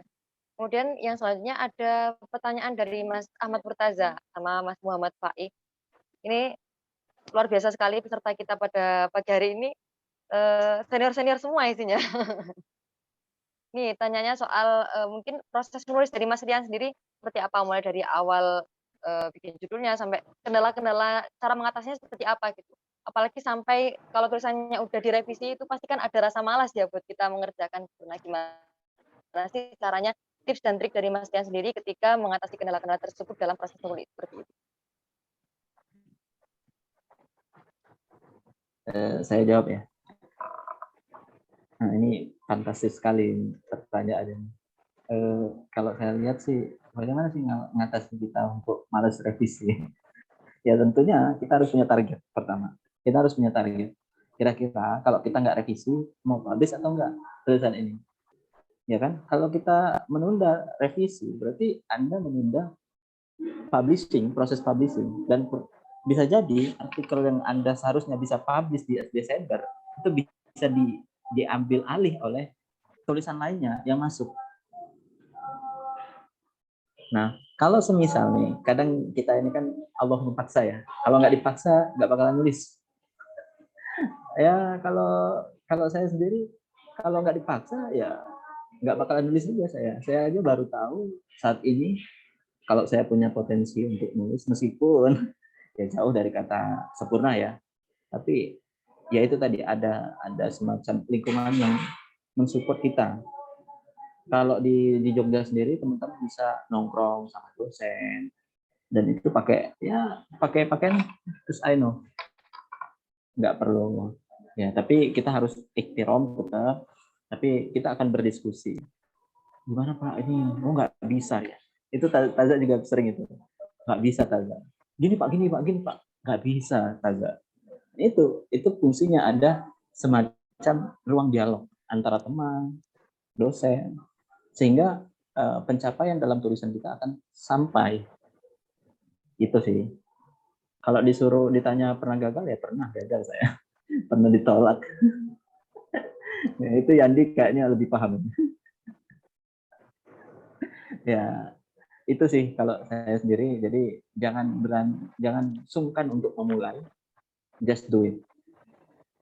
Kalau ada kritik atau saran dari tulisan kita, nanti kan orang lain yang nulis, bukan kita. Ya kan? Ya, itu sih dari saya. Ya baik, terima kasih Mas. Ini terakhir ya untuk pertanyaan yang di chat. dari Mbak Della dan juga Mas siapa ini Mas Alfi Saputro dari Saispa. Dari Mbak Della sendiri tanya kalau misalkan kita ikut konferensi jurnal nih Mas, terus kira-kira gimana sih caranya supaya kita memastikan jurnal yang terpublikasi dari konferensi itu jurnal yang berkualitas atau tidak? Kemudian dari Mas Alfi Saputro ini sebenarnya ini terjawab ya di materi. Gimana supaya mahasiswa itu bisa tergerak, tertarik menulis dengan isu-isu yang sedang terjadi. Supaya kita bisa menjadi mahasiswa yang aktif dan responsif. Mungkin bisa langsung dijawab singkat, terus kita lanjut ke pertanyaan yang raisen ya. Baik, saya jawab pertanyaannya. Dela, Mbak Dela sama Mas Alfi Saputro. Ini, kalau saya lihat sendiri, ya kalau mau lihat kualitas, teman-teman maksimalkan dulu. Jadi kalau di saya sendiri, kita udah selesai nulis di breakdown. Yang paling kritis membaca tulisan kita itu adalah orang lain. Kadang tipu, kadang apa, atau ya itulah macam-macam. Kadang ini nggak sinkron orang lain. Makanya perlunya partner itu. Kita perlu partner sehingga yang bisa ngelihat kesalahan kita kan orang lain. Kalau kita kan merasa benar-benar aja.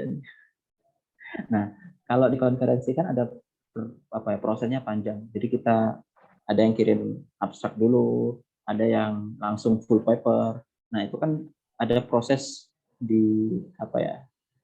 prosesnya diseleksi dulu prosesnya. Kalau misalnya kita masuk, ya udah semaksimal mungkin kita presentasi gitu. Jangan takut salah. Event yang ada di forum itu ada dokter, MAG semua. Saya kemarin, ya apalagi online ini kan, kita manfaatkan sarana online, media online ini dengan memanfaatkan ya ikut-ikut konferensi gratis gitu. Dan biasanya menunggunya bisa sampai satu tahun biar bisa publish. Makanya tulis, kirim, lupakan. Itu nasihat kaprodi saya. Baik, terima kasih banyak Mas Dean. Emang bener ya Albia alasan lingkungan tuh mempengaruhi banget terhadap produktivitas penulis kita. Jadi kita butuh partner lah ibaratnya buat berdiskusi, buat bisa menilai tulisan kita, dan untuk perkembangan proses menulis kita sendiri. Nah selanjutnya ini ada yang resen. Ini dimulai dulu dari Mas Yandi Pratama, baru nanti Mas Yandi Satrio. Monggo Mas Yandi. Bismillah. Jadi terdengar ya Mbak moderator dan Mas pemateri. Iya Mas. Alhamdulillah. Oke. Bismillahirrahmanirrahim. Perkenalkan teman-teman semua, saya Yandi Pratama, kebetulan dari UIN Wadisongo Semarang ya. Udah kelihatan, jadi nggak bisa bohong Mas. Oke, ini jadi sebelumnya saya utarakan terima kasih sudah memberikan waktu, kemudian segala hormat kepada panitia, kemudian pemateri atas materinya yang luar biasa, daging banget ya. Ini luar biasa Mas, Mbak moderator dan teman-teman semua. Ini pesertanya dari satu Indonesia ini. Ya, entah pematerinya yang keren atau relasi dari teman-teman panitia yang luas. Ini satu seminar yang aktif banget ya. Luar biasa tentang kepenulisan.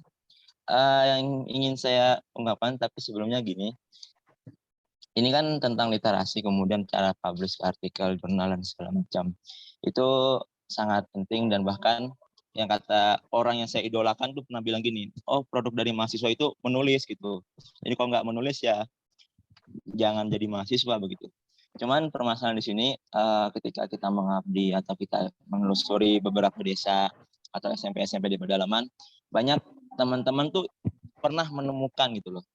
Ya menemukan suatu hal yang mungkin dianggap unik tapi susah mempublishnya, dalam artian ingin menulis tuh susah banget gitu loh. Apalagi kita sebelumnya bertransformasi Mas. Misalkan zaman dulu kan misalnya kalau Facebook itu kan misalnya namanya Cynthia selalu sayang kamu misalnya gitu kan. Nah, misalnya gitu. Nah, itu kemudian bertransformasi ingin menjadikan artikel atau jurnal. Nah, itu bagaimana mengembangkan minat gitu kan, niat, kemudian alur dari pedesaan. Kalau dari mahasiswa kan udah banyak tuh nyokong dari fakultas, prodi, sedangkan dari pedesaan, dari pedalaman tuh perlu meningkatkan minat yang begitu Mas. Jadi yang saya pikir itu begini, Jadi kita nggak perlu jauh-jauh tuh penulis merangsek ke dalam-dalam. Jadi kita kembangkan sumber dayanya aja.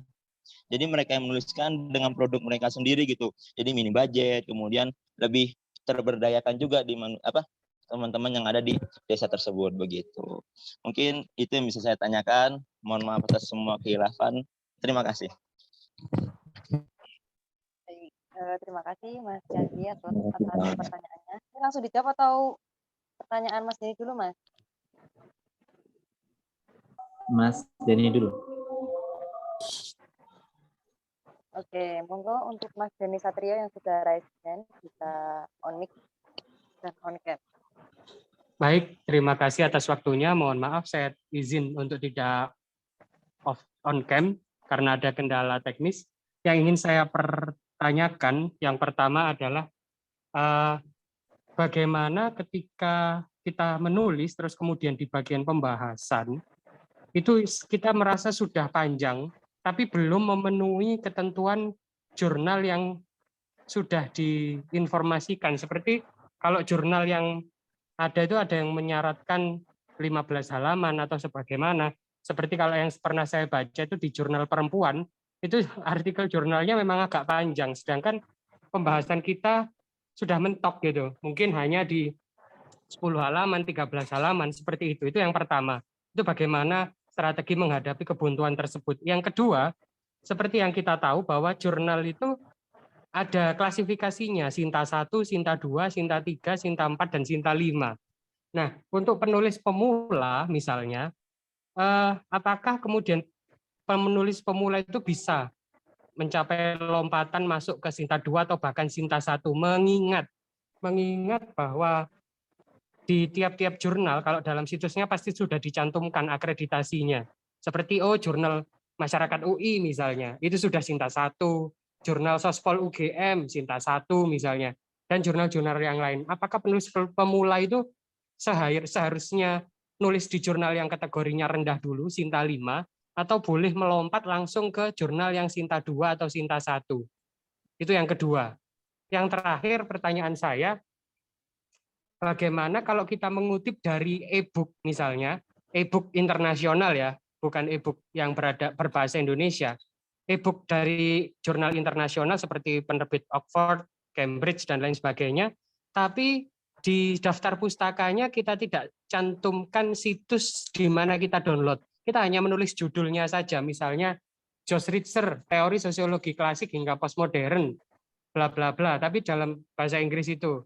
Tapi kita tidak mencantumkan link website di mana kita download. Itu seperti apa? Terima kasih atas pertanyaan dan kesempatan waktu yang diberikan. Saya akhiri. Assalamualaikum. Waalaikumsalam. Ini mungkin Mas Denny dari mana ya? Instansinya atau? Oh ya, saya dari Universitas Negeri Surabaya. Terima kasih. Monggo Mas Rian bisa langsung dijawab. Baik, ini pertanyaannya terakhir berbobot sekali ya. Ya, kalau dari ini Mas Yandi ini memang beliau ini aktif di ranah sosial, terkhusus di daerah pedesaan dan kaum muda ini, insya Allah Mas Yandi. Kalau saya sendiri sih melihatnya mungkin coba dengan membangun literasi kepada pemerintah, anak-anak untuk sehingga dia tertarik untuk membaca. Memulai dengan bacaan-bacaan yang tidak berbobot ya. Jadi sehingga tradisi membacanya akan terus menerus. Kita banyak loh teman-teman menemukan orang-orang desa pedalaman, tapi dia mampu untuk memberikan kontribusi berpikirnya ketika dia keluar dari zona nyamannya, artinya keluar dari desanya. Justru yang ada di desa itu pemikirannya bisa bebas. Karena apa? Karena dia bisa mengeksplor semuanya. Dan saat ini kan saya, kalau di desa PKN saya sendiri, ada program semacam desa virtual ya. Jadi di situ menanamkan wifi, tapi itu bayar 1 bulan 55.000 misalnya. Nah dari situ nanti teman-teman bisa mengakses itu semua dengan kualitas website yang wifi yang udah ada. Seperti itu mungkin bisa dimanfaatkan Mas Yandi. Ya mungkin harus dari kita sendiri ya, penggerak-penggerak ini untuk mengedukasi generasi-generasi kita yang jauh dari kata bisa mengekspor semua data-data yang kita saat ini bisa ya, karena kan mereka keterbatasan lagi. Nah mungkin dari kita dulu, seperti ada teman saya di Tegal itu, dia memasang wifi, ya dia pakai router di seluruh desa, jadi semua orang bisa mengakses wifi itu, mengakses wifi yang ada tapi bayar. Itu kan satu hal, dia bisa membuat perekonomian di desa naik. Yang kedua, mengedukasi teman-teman untuk memakai internet, tapi internet yang baik dan positif. Jangan ML-an terus, jangan PUBG-an terus. Artinya kita edukasi teman-teman bahwa dunia ini semakin canggih, dan kita harus mengeksplor kajian-kajian yang ya dengan curhat aja, kayak di website kan saya rata-rata di website tulisan saya kan curhat rata-rata.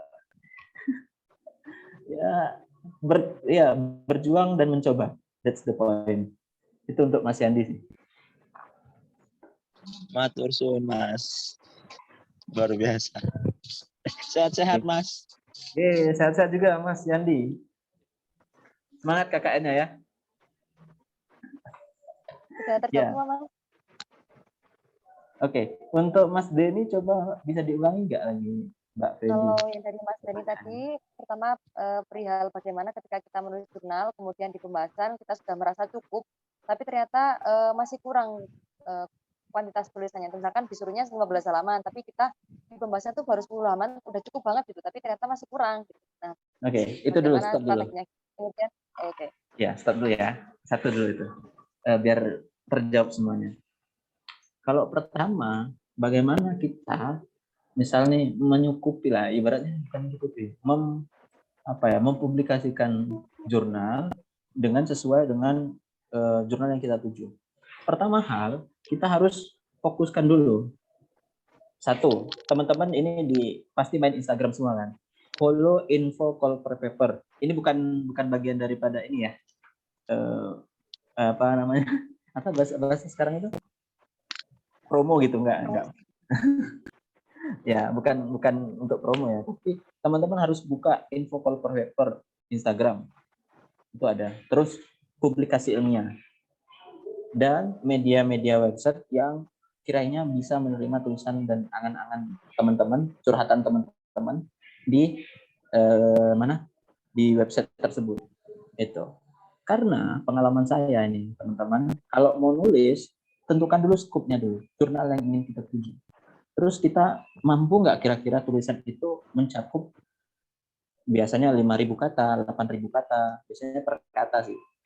Nah, kalau misalnya kita menyanggupi, baru kita nulis. Nah, kalau pengalaman saya ini, kalau mau cari jurnal yang sekiranya dapat kepastian, karena kan kita ini kan perlu kepastian ya, nggak mau digantungin terus. Ya, cari jurnal-jurnal yang tipikalnya call for paper. Call for paper itu apa? Mereka butuh tulisan.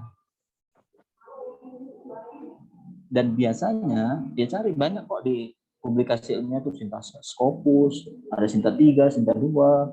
Dan untuk ranah mahasiswa saya kira nggak usah terlalu, ya ada yang nggak usah terlalu menggebu-gebu. Tapi ada yang saya mau submit ke Sinta 2. Ya kalau mau revisiannya gede-gedean, ya it's okay. Gitu. Karena Sinta 2 ini kadang ya kelasnya doktor. Kadang ada juga yang ya coba-coba aja, it's okay. It's okay, nggak ada yang melarang. Tapi kalau saya sendiri berprosesnya dari awal. Dari non-Sita, cari konferensi. Dalam konferensi kan biasanya ada diskusi-diskusi. Diskusi yang membuat tulisan kita lebih sempurna lagi. Oh Mas, kamu di sini belum mencantumkan masukin aja. Oh ini ada saran-saran, masukin aja. Nah dari konferensi itu jangan takut teman-teman, masukin aja.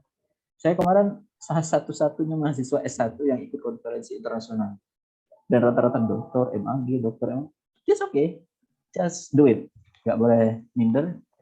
Ya, malah mereka mengapresiasi kok mahasiswa S1, alumni S1 udah berani ngirim gitu kan di konferensi internasional. Kalau di apa namanya di ada ICIS kemarin, tapi saya nggak lolos. Dan beserta teman saya itu ada Mas Satria sama Mas Murtaza, mungkin dia masih hadir. Itu kami mengirim abstrak 3. Ya biasa aja kalau nggak lolos. Karena di dalamnya profesor, doktor, kita siapa? Yang penting itu berani berproses.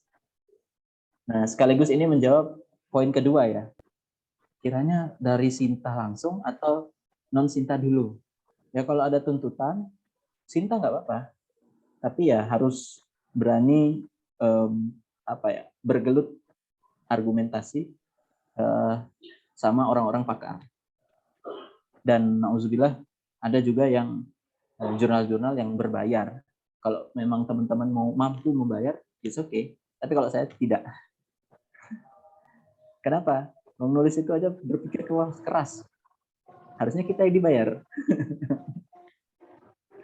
Ya, tapi balik lagi kepada teman-teman ya. Prinsipnya teman-teman beda-beda. Ya, itu sih untuk pertanyaan kedua. Untuk ketiga mungkin apa tadi, Febi? Yang ketiga, bagaimana mengutip e-book internasional tapi di daftar pustaka tidak kita cantumkan situs kita menulisnya di mana? Oh, it's okay. Yang terpenting tidak harus linknya. Yang penting udah lengkap. Ada nama, judul, penerbitnya siapa, tahunnya, sama doi-nya kalau biasa. Kalau bisa ada doi-nya. Jadi di situ doi nanti kelihatan, oh ini bener mengutip dari jurnal itu enggak. Kalau enggak, ya sia-sia. Kalau bisa lebih spesifiknya lagi kayak halaman, itu kan menunjukkan bahwa teman-teman benar-benar baca kitab atau referensi itu. Bagaimana teman-teman? Terima kasih atas jawabannya, Mas Rian. Terima kasih atas pemaparannya. Oke, terima kasih juga kepada teman-teman yang sudah bertanya. Ini sudah ada sekitar 10 pertanyaan Mas yang sudah dijawab ini tadi ya. Luar biasa sekali peserta kita pada pagi hari ini benar-benar semangat dan bukan kaleng-kaleng ya yang ikut webinarnya. Mungkin itu saja dari webinar kali ini. Yang perlu ditekankan yang penting adalah latihan menulis ya dari Mas Dian. Semoga kita semua tetap terjalin silaturahmi, dan bagi teman-teman yang mungkin mau bertanya dan berdiskusi, mungkin bisa di-fill Mas IG-nya atau teman-teman yang mau sambung silaturahmi dengan Mas Rian bisa di IG-nya @ayatrian. Ya, bukan Mas Rian pakai I. Itu saya selaku moderator juga mohon maaf dan mengucapkan terima kasih banyak kepada pemateri kita pada pagi hari ini dan juga kepada teman-teman semuanya sudah berpartisipasi di webinar kita. Semoga apa yang kita pelajari pada siang hari ini bisa bermanfaat dan bisa berguna bagi kita, terutama teman-teman yang lagi KKN ya. Semoga artikel proceeding dan tugas-tugasnya bisa cepat kelar. Oke, bisa semangat lagi nulisnya dari Mas Rian, bisa diberikan tips dan triknya. Oke, mungkin langsung saja karena diskusi kita setelah selesai, acara akan saya kembalikan ke Master of Ceremony. Monggo pada Mbak Bila.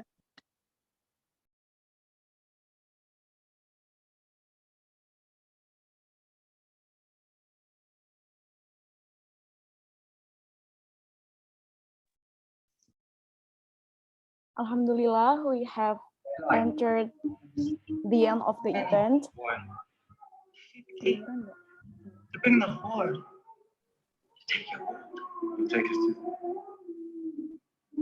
Thank you very much to the speakers, moderators, and participants who have participated from the beginning to the end of the event. Hopefully, the knowledge given is useful and can be applied in everyday life. Thank you for your nice attention. See you on the next occasion. Wassalamualaikum warahmatullahi wabarakatuh. Sangat ya Mas Dian. Teman-teman yang Sehat-sehat ya.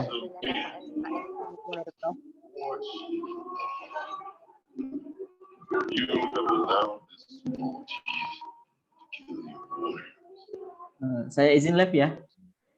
Ya, makasih banyak Mas Mas. Rian. Makasih Andi. Gimana? Siapa tadi? Mas senior yang sudah bersedia hadir, Mas Nurul Kifai, Oke. Mas Ahmad Rian, Sutaja. monggo